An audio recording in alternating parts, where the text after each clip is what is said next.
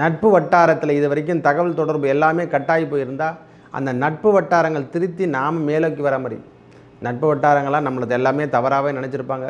அந்த நட்பு வட்டாரங்கள்லாம் திருப்பியும் திருத்தி பரவாயில்ல, நம்ம நண்பர் தானே, நம்ம அண்ணன் தானே, நம்ம இளைய சகோதரன், நம்ம மூத்த சகோதரன் தானே, இருக்கட்டும் விடுங்க, ஐயோ அவர் உனக்கு அதுன்னு சொல்ல ரொம்ப கடுமையான தாக்கத்தில் இருக்காருங்க, அவரை நாம் கண்டிப்பாக முன்னேற்ற பாதைக்கு வழித்து செல்லணும் அப்படின்னு நினைக்கக்கூடிய காலமாக இந்த காலம் அமையப்பெறப் போகிறது. 26 நாட்கள் ரிஷபராசியை பொறுத்த வரைக்கும் முயற்சி என்று சொல்லக்கூடிய அமைப்பு. இது வரைக்கும் நாம் பிஸ்னஸ் பண்ணலைன்னா இந்த முறை புதிய பிஸ்னஸ் தொடங்கிறதுக்கு இது ஒரு வாய்ப்பு கிடைக்க போகுதுங்க.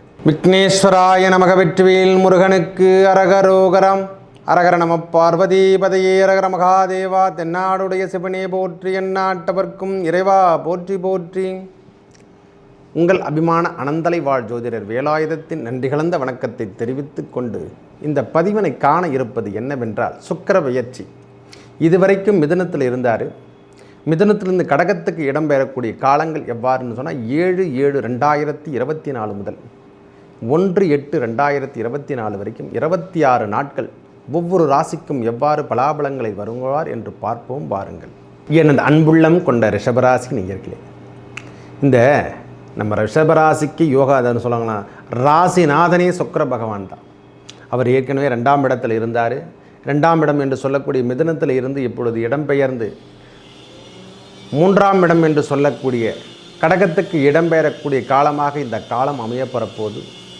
7/7/2024 முதல் 1/8/2024 வரைக்கும் இந்த 26 நாட்கள் நம்ம 3ஆம் இடம் என்று சொல்லக்கூடிய சந்திரனோட வீட்டில், கடகராசி அரச கிரகம் என்று சொல்லக்கூடிய வீட்டில் இடம்பெயர்ந்த சுக்கிர பகவான் நம்மளுக்கு எவ்வாறு அருள்பாலிச்சிருந்தோம்னா, இதுவரைக்கும் முயற்சி என்று சொல்லக்கூடிய அமைப்பிலையும் இளைய சகோதரனால் நம்மளுக்கு ஏற்பட்டு வந்த தீங்குகள், தீமை என்று சொல்கிறோமில்ல, ஒரு இளைய சகோதரனோ இளைய சகோதரியோ நம்மளால் ஏற்கனவே கருத்து வேறுபாடுலாம் ஏற்பட்டிருக்கும். அந்த கருத்து வேறுபாடெல்லாம் நீங்கி நம்மளுக்கு நன்மை பெறக்கூடிய காலங்களாகும். இதுவரைக்கும் நம்மளுக்கு கம்யூனிகேஷனே இல்லை. இந்த கம்யூனிகேஷனே இல்லாமல் வாழ்ந்து கொண்டு இருக்கக்கூடிய எல்லாரும் ரிஷபராசிக்காரங்களுக்கும் நம் வாழ்க்கை இப்படி தான் செல்லுமா செல்லக்கூடாதா அப்படின்னு நினைக்கிறவங்களுக்கெல்லாம் இப்போ பூர்வ புண்ணியம் வளர்க்கக்கூடிய காலங்களாகும். இதுவரைக்கும் துன்பத்தையே எதிர்பார்த்து கொண்டிருந்த, அதாவது துன்பம் மட்டுமே பார்த்துட்ருக்கேன் ரிஷபராசிக்காரங்களாம் சொல்லுவாங்க எல்லாருமே. காரணம் என்ன? இப்போ தான் ஒளி என்பது கிடைக்க போதுங்க.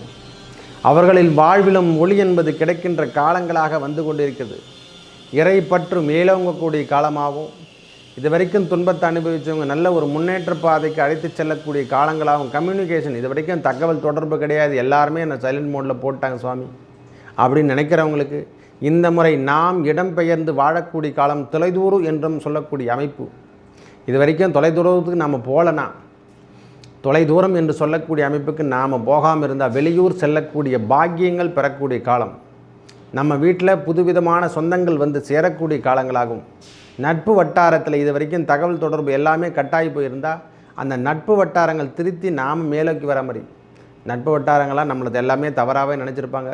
அந்த நட்பு வட்டாரங்கள்லாம் திருப்பியும் திருத்தி பரவாயில்ல, நம்ம நண்பர் தானே, நம்ம அண்ணன் தானே, நம்ம இளைய சகோதரன், நம்ம மூத்த சகோதரன் தானே, இருக்கட்டும் விடுங்க, ஐயோ அவர் உனக்கு அதுன்னு சொல்ல ரொம்ப கடுமையான தாக்கத்தில் இருக்காருங்க, அவரை நாம் கண்டிப்பாக முன்னேற்ற பாதைக்கு வழித்து செல்லணும் அப்படின்னு நினைக்கக்கூடிய காலமாக இந்த காலம் அமையப்பெறப் போகிறது. 26 நாட்கள் ரிஷபராசியை பொறுத்த வரைக்கும் முயற்சி என்று சொல்லக்கூடிய அமைப்பு. இது வரைக்கும் நாம் பிஸ்னஸ் பண்ணலைன்னா இந்த முறை புதிய பிஸ்னஸ் தொடங்கிறதுக்கு இது ஒரு வாய்ப்பு கிடைக்க போகுதுங்க.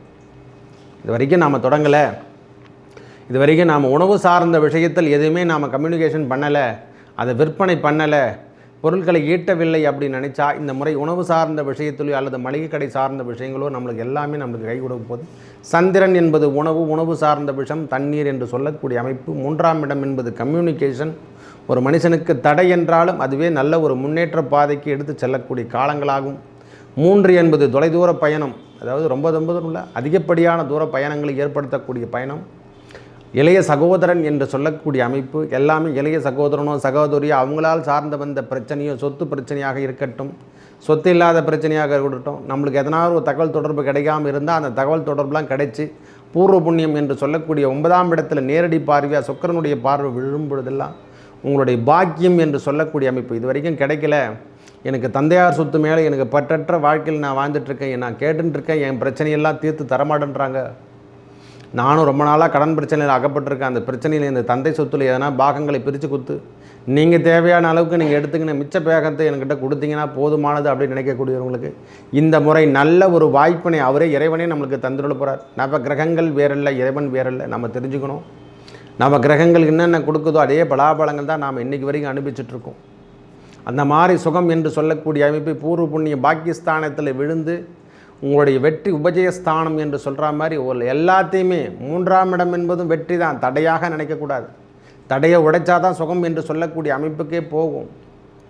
அந்த 3ஆம் இடத்திலிருந்து நம்மளுக்கு 9ஆம் இடத்தை பார்வை செய்து சுக்கிர பகவான் உங்களுக்கு பூர்வ புண்ணியம் பாக்கியஸ்தானம் வலுத்து உங்கள் தேவைகளை நிவர்த்தி செய்ய போகிறார். இது வரைக்கும் திருமணம் சார்ந்த விஷயத்தில் இதுக்கு நம்மளுக்கு முன்னெடுக்கலைன்னா அது எல்லாம் இந்த பாக்கிய பார்வையால் எல்லாமே கிடைக்க போதுங்க. இறைவன் தந்தருள்வார் என்று சொன்னால் இந்த ரிஷபராசிக்காரனுக்கு இதுக்கு ஒரு முன்னேற்றம் தரக்கூடிய காலம் என்றே எடுத்துக்கலாம். ஐயா ஜென்ம குருவாக இருக்க பெற்றாலும் இந்த முறை நல்ல ஒரு முன்னேற்ற பாதைக்கு அழைத்து செல்றவங்க யாரானா ரிஷபராசிக்காரன் தான். ஜென்மகுரு வனவாசம் சொல்லுவாங்க. இந்த ஜென்மகுரு வனவாசத்திலே நல்ல முன்னேற்ற பாதைக்கும் நல்ல ஒன்று சொல்லலாம் உயர்ந்த நிலைமைக்கு எடுத்து சொல்லக்கணும் எல்லாருமே ரிஷபராசிக்காரன் தான். ஏன்னா பகை என்பது சொல்கிறோம்ல, அவர் பகை பெற்றாலும் அவர் செய்யக்கூடிய வேலையை கண்டிப்பாக செஞ்சு தரும். அவர் அதான் சொல்லணும், அவர் கெடுதலாக இருந்தாலும் எந்த இடத்துல இருந்தால் கூட அவர் கெட்டு போக மாட்டார். கெடுதலான இடத்துல இருந்தாலும் உங்களுக்கு நன்மை தரக்கூடிய விஷயத்துக்கு தான் வந்திருக்காரு. ரிஷபராசியை பொறுத்தவரை இனிமேல் தொந்தரவுலேருந்து விலகக்கூடிய காலமே கண்டி. இனிமேல் தொந்தரவை நாம் பின்பற்றி வாழணும்னு அவசியமே இல்லை. ஏதோ ஒரு அமைப்பின் மூலியமாக நம்மளுக்கு அடுத்த கட்ட நடவடிக்கை எடுத்து செல்கிற மாதிரி கம்யூனிகேஷன்லாம் கிடைக்காம இருந்ததில்லை. எல்லாமே சைலண்ட் மோடில் போட்டாங்க. நம்மளுக்கு என்னென்னா உள்ளூர் பாகத்திலே நம்ம வச்சுட்ருக்காங்க பாரு நம்மளை. அந்த உள்ளூர்லேருந்து வெளிநடப்பு என்று சொல்கிற மாதிரி வெளியூர் சென்று பிழைக்கின்ற பாக்கியமும் தரப்படுறாரு. ஐயா இங்கே தாங்க வேலை செஞ்சிட்ருக்கேன் அப்படின்னு நினைக்கிறாங்க பாருங்கள். அந்த இங்கே வேலை செய்யக்கூடிய அமைப்பெல்லாம் மாற்றி வியாபாரத்தை பெருக்கக்கூடிய அளவுக்கு நம்மளுக்கு ஒரு தொழில் தான் செஞ்சிட்ருக்கேங்க, நான் ஆடு வச்சுட்டுருக்கேன் மாடு வச்சுட்ருக்கேன்னு நினைக்கிறவங்க இனிமேல் பான் பண்ணை வைக்கிற அளவுக்கு நம்ம பெரிய லெவலில் வரப்போகிறோம். ஒரு விவசாயம் சார்ந்த விஷயத்தில் பணப்பையில் செய்யக்கூடிய பாக்கியத்தை இருப்பாங்க. ஒரு கடையை திறந்து வச்சுக்கிட்டோன்னா சின்னதாக பங்க் எடுத்து நம்ம மளிகை கடையை பெருசாக்கிறோம்னு நினைக்கக்கூடிய அளவுக்கு நம்ம மனசில் ஏற்பட போது எண்ணங்கள் உருவாக்க போகிறார். எல்லா பாக்கியத்தையும் செயல்படுத்த போகிறார். முதல்ல ஒரே வார்த்தை சொல்லப்போனால் பாக்கியங்கள் பெறக்கூடிய காலங்களாக இந்த காலம் வரப்போதையா. ஒரு மனுஷனுக்கு பாக்கியம் பெறணுமா எல்லாமே. அந்த 9ஆம் இடம் என்று சொல்லக்கூடிய இடத்தையும் 5ஆம் இடம் என்று சொல்லக்கூடிய இடமும் லக்ஷ்மி கடாட்சம் என்று தான் கொடுத்துருக்காங்க. அந்த லக்ஷ்மி கடாட்சம் நம்மளுக்கு வலுத்துடுச்சுன்னா எந்த காரணத்தை கொண்டு நம்மளை தொந்தரவு செய்யாது.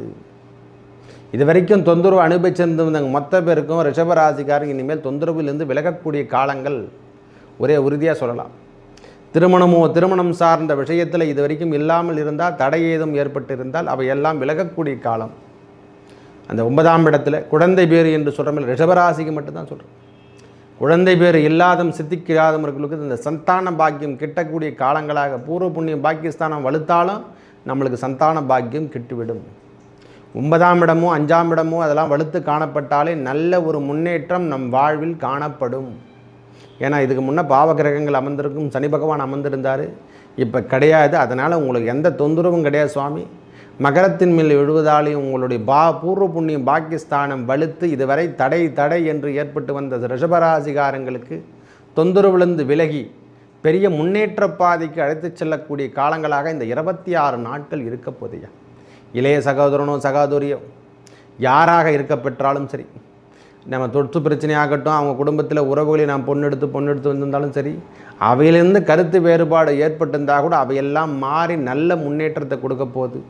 இது வரைக்கும் தந்தை உறவில் இருந்து வந்த பிரச்சனை, அவர் உடம்பில் இருந்து வந்த பிரச்சனைகள்லாம் விலகப் போகுதுங்க. தந்தையோ தந்தை ஸ்தானத்து உறவுகளோ அவங்களெல்லாம் அவளை சார்ந்த விஷயங்களாக இருக்கட்டும், பூர்வ புண்ணியம் இதுவரைக்கும் 9ஆம் இடம் என்பதும் நல்ல வெற்றி என்று சொல்லக்கூடிய அமைப்பு தான். ஒரு மனுஷனுக்கு பூர்வ புண்ணியம் பாக்கியஸ்தானம் வலுத்துட்டாவே அவங்க வேறு லெவல். அவங்களுக்கு என்னென்ன கிடைக்கணுமோ அனைத்தும் பெறப்படும் என்று தான் கொடுத்துருக்காங்க. ஐயா வீடு இல்லையா, வாகனம் இல்லையா, கண்டிப்பாக ரிஷபராசிகாரங்களுக்கு இது ஒரு முன்னேற்ற பாதைக்கு அழைத்து செல்லக்கூடிய காலங்களாக வருதுங்க. நல்ல அமைப்போடு தான் இவங்க வாழ்க்கை தரம் இந்த 26 நாட்கள் முன்னேற்ற பாதையோடு தான் இருக்க போகிறாங்க. ஐயா சின்ன பலி கடை தந்து வச்சுக்கிறேன், ஐயா ஒன்றுமே கிடையாது சாமின்னா ஒரு பெரிய புக் ஸ்டோர் அப்படின்ற மாதிரி பெரிய லெவலில் ஸ்டோரே ஓப்பன் பண்ண போகிறோம். அந்த ஐடியாலாம் கொடுக்க தான் போகிறோம். எல்லா பொருட்களையும் வாங்கி விற்கக்கூடிய தன்மை, எல்லாமே மார்க்கெட்டிங் பண்ணக்கூடிய தன்மை. 2ஆம் அதிபதி புதன் அல்லவா, பேச்சு திறமையிலே எல்லாத்தையும் சேல்ஸ் பண்ணிவிடுவீங்க. 8ஆம் அதிபதி குருவாக இருக்க பெற்றாலும் 2ஆம் அதிபதி புதன் என்பதாலையும் 5ஆம் அதிபதி புதன் என்பதாலையும் உங்களுக்கு மகாலட்சுமி யோகம் எப்பொழுதும் இருந்து கொண்டே இருக்கும். ரிஷபராசியை பொறுத்தவரைக்கும் மகாலட்சுமி யோகம். அந்த எழுத்து தேர்வு, டீச்சர்ஸ் ஆகட்டும், ஆசிரியர் தொழில் செய்கிறவங்களாகட்டும், யாராக இருப்பினும் அடுத்தனுடைய வங்கி கணக்கு என்று சொல்கிற மாதிரி எல்லாமே ஆடிட்டிங் எல்லாமே அவங்களுக்கு சிறப்புன்னு தரும். இந்த வங்கி சார்ந்த விஷயத்தில் இருக்கிறவங்களுக்கெல்லாம் நல்ல ஒரு அமைப்பை பெறக்கூடிய காலங்கள். ப்ரொமோஷனுக்காக காத்துட்ருக்கிறவங்களுக்கு இது ஒரு ரிஷபராசிக்காரங்க ப்ரொமோஷனுக்காகவும் டிரான்ஸ்ஃபருக்காகவும் காத்துட்ருக்கிறவங்களுக்கு இந்த சுக்கிர பகவான் இடம்பெறக்கூடிய காலத்தால் நல்ல ஒரு பாக்கியம் பெற்று டிரான்ஸ்ஃபரோட ப்ரொமோஷன் நம்மளுக்கு வந்து சேரப்போதையா.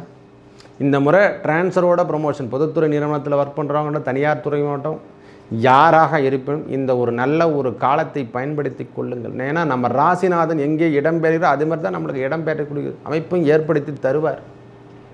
3ஆம் இடம் என்று சொல்லக்கூடிய முயற்சி, வெற்றி, உபஜயஸ்தானம் என்று சொல்கிற அமைப்பு தான். 3 என்பது நான் சொன்ன தடை என்றாலும் மீது எல்லாம் நன்மையும் தொட்டிருக்காங்க ஐயா. ஒரு சின்ன தடை மட்டும்தான் கொடுத்துருக்காங்க, மற்றபடி எல்லா தடையும் உடைச்சி உங்களுக்கு வெளியே வந்துடுவீங்க.